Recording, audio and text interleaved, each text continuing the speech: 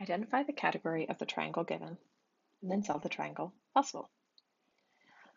When I look at the information given, I'm given the side, another side, and an angle of the triangle. So my options start out to be SSA or SAS. SSA means this angle has to kind of be in a pairing with one of the sides. But I see A and C are the sides, and beta that goes with B is the angle. So I can't have SSA. SAS means that the angle is not opposite either of these sides. And so that is the case that I have. Means it must be included. We could even draw it out just to kind of make sure we're on the right track. Not exactly to scale, but here's 10 degrees for beta. I can put alpha and gamma wherever I want. A should be opposite alpha. C should be opposite gamma. And then I can see that what I have is a side, the angle, and then another side. So that's why I have SAS.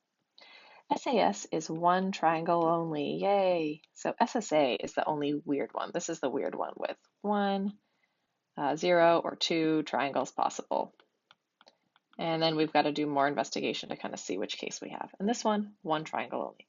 Since I have one triangle only, I'm just going to write out what I have. Alpha, beta, gamma, A, B, C. We're given A is 2, C is 1, and beta is 10 degrees. In order to proceed, we need to find one of the missing values. Now, we just talked about why law of sines won't work, but let's look at it one more time. I can see that I don't have any filled in pairs, meaning I don't have an angle and an opposite side that is known. So in each of the 3 possible pairings, we only know one of the 2 pieces of information. So then instead we say, okay, well, what about law of cosines? What do you need for law of cosines? Law of cosines needs an angle and 3 sides, A, B, and C.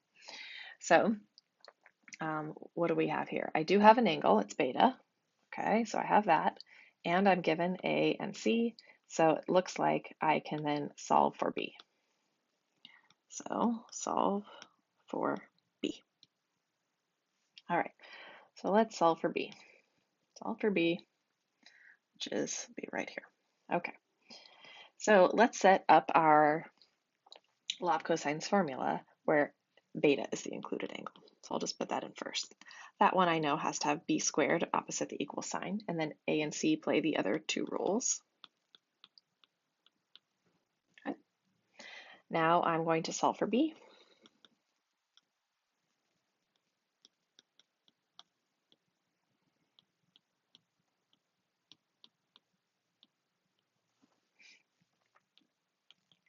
Now that I've solved for B symbolically, I can plug in the other values. So 2 for A, 1 for C.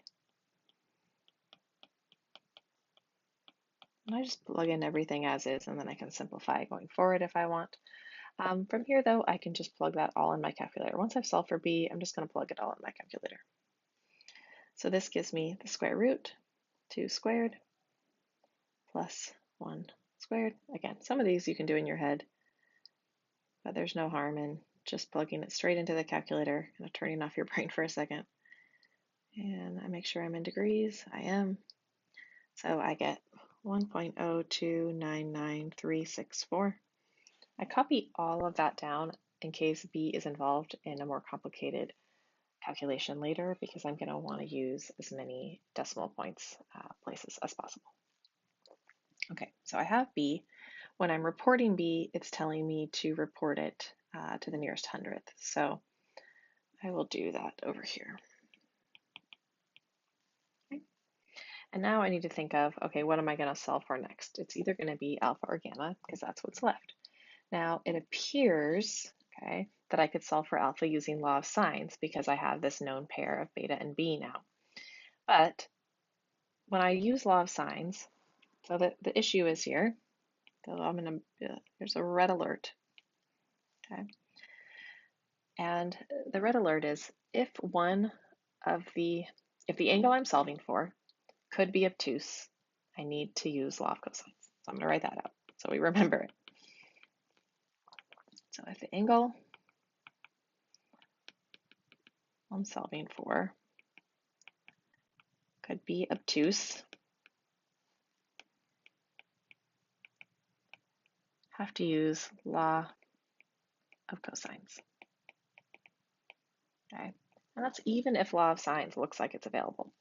Why is that? We'll talk about it more when we get to inverse functions, but it has to do with the possible outputs of the cosine inverse and the sine inverse functions. And basically, the sine inverse functions outputs are limited to acute angles, and I need, if it's possible that I could have an obtuse angle, well, then I need to use something with involving the cosine function. When I look at my two angles that are left, I've only used up 10 degrees for beta, so 170 degrees are left in the triangle to spend. So it's definitely possible that alpha or gamma could be obtuse. So in that case, I need to use law of cosines going forward. Okay. What I'm going to do is then solve for the angle. I usually just solve for the angle that's across from the next biggest side. So since 2 is the biggest side with a missing angle, I'm going to solve for alpha. Okay. So solve for alpha. And if I'm solving for alpha, and I'm using a law of cosines, then I need the law of cosines that involves alpha. Then I need a squared opposite. Then I have b squared plus c squared minus 2bc. So that's the equation I'm going to use. I'm going to be solving for alpha. So I'm just going to do that symbolically and keep the numbers out of it. And it just keeps it a little bit cleaner as I do that. First thing I'm going to do is identify the term that alpha is a part of and subtract any other terms to the other side. So I subtract b squared and c squared. What that leaves is negative 2bc cosine of alpha on this side. And then I want to divide out by any factors that don't involve cosine of alpha. So I'm going to divide by negative 2 times b times c on both sides. And that's going to cancel that out because what I'm trying to do is get alpha by itself, but first I have to get the term it's in by itself, then the factor it's in by itself, and then that's where we are here.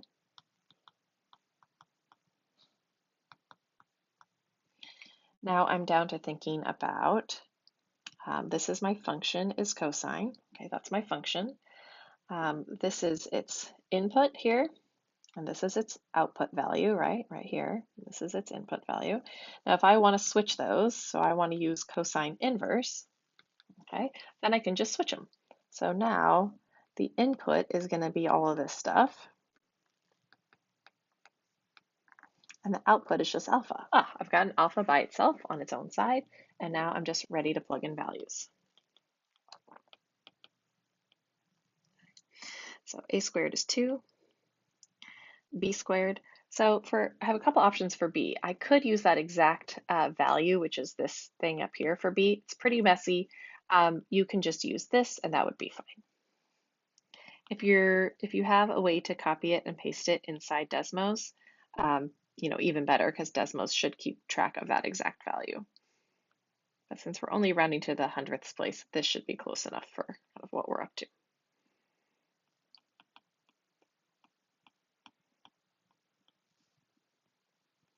All right, so let's put that into Desmos and give it a try and see what we get.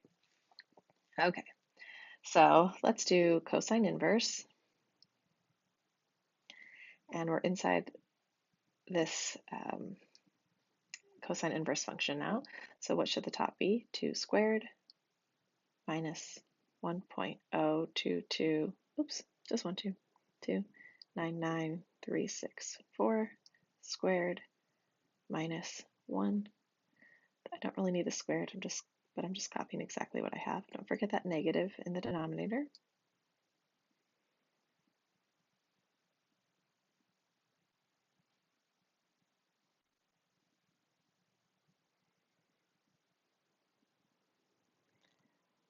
And then I'm just going to go over in parentheses, but it's going to tell me that alpha is approximately 160.2935191. Probably don't need all of that, but I can shorten it up to 160.29 when I go to report my answer up here. Okay, so what I was just doing was solving for this alpha here, and that work can be seen here, and that answer is right here. Only have one thing left. Usually the last thing should be the easiest thing, right? And that's what's going to be the case here. So the last thing I want to solve for gamma. We have more options for solving for gamma. We found that alpha is obtuse. There can only be one obtuse angle inside of a triangle, or else it would add up to more than 180 degrees. So I could use law of sines to solve for gamma. I could use law of cosines if I really wanted to do more work. But I also see that I know 2 angles out of the 3 in my triangle, so I'm going to go that route. So I'm going to have gamma is 180 degrees minus those 2 other ones. So 160.29 degrees minus 10 degrees.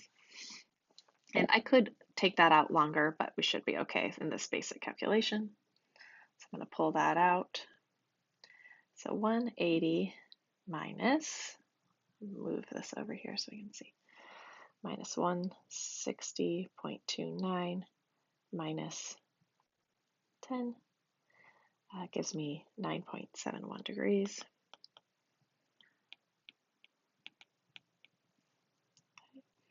We're done with that.